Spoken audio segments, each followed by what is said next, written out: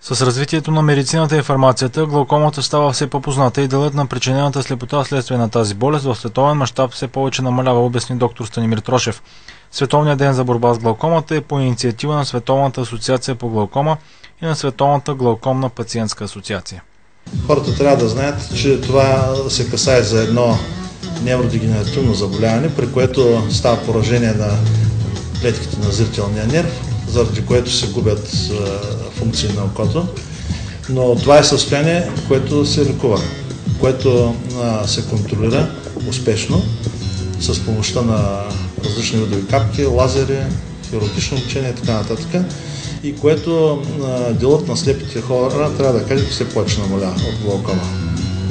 Намалява поради това, че хората почват да имат повече доверие на лекарите и по-често посещават очните лекари.